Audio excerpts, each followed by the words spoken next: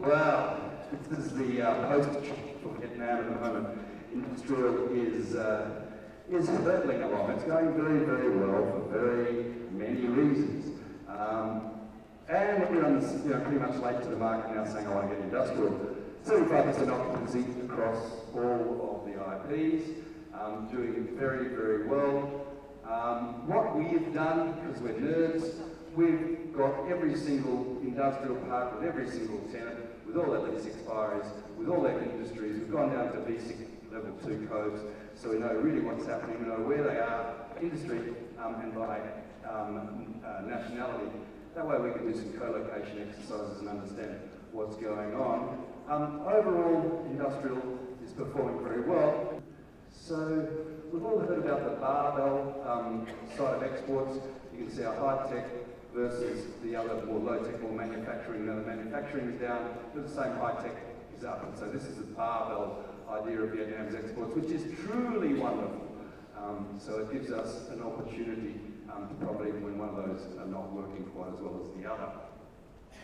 However, this is the little catch cry that we're coming up with all the time, is this decoupling. So decoupling, I mentioned it before, England separating the EU, all of these other things looking in with decoupling starting to occur. That means greater potential for Vietnam and for manufacturing and industrial demand. We've got lots of free trade agreements, heaps and heaps of free trade agreements, and this is the most recent one. And so that you can see the features and you can see the benefits. We know all of those, you read about them in the paper all the time.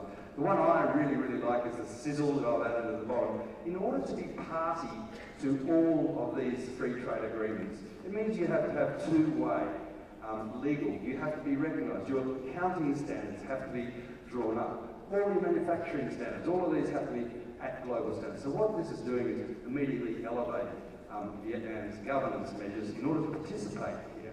And that's really, really good for commerce overall. We're now saying that there's quite a bit of disruption within the industrial market. In particular, logistics. Logistics is the sexy end of industrial, so it's no longer just the sheds. This is the cool bit where there's robots and lots of things happening. Logistics is now dropping out into a two-tier or a two-way race between the foreign and the domestic players. Each of those has advantages and disadvantages. Obviously, land bank and availability, proximity for the local players versus the global connections and occupiers that the internationals can bring. Warehouses and DCs going very, very strongly. Opportunities, ready-built factories are continuing now very, very well. Industrial sector has evolved. So we're now getting the queen bees landing, the big guys, and then the downstream that are coming underneath that, beneath the ready-built factories rather than the build-to-suit. And so you can see that all of these players are orientating themselves towards that and doing very well out of ready-built factories. It is not on the balance sheet, it's on the P&L, so it's a rental, it's not a capital structure, and therefore it's really, really good and flexible for a large amount of the market. We know all of those other bits and pieces there. There's a lot of interest in Vietnam for many reasons.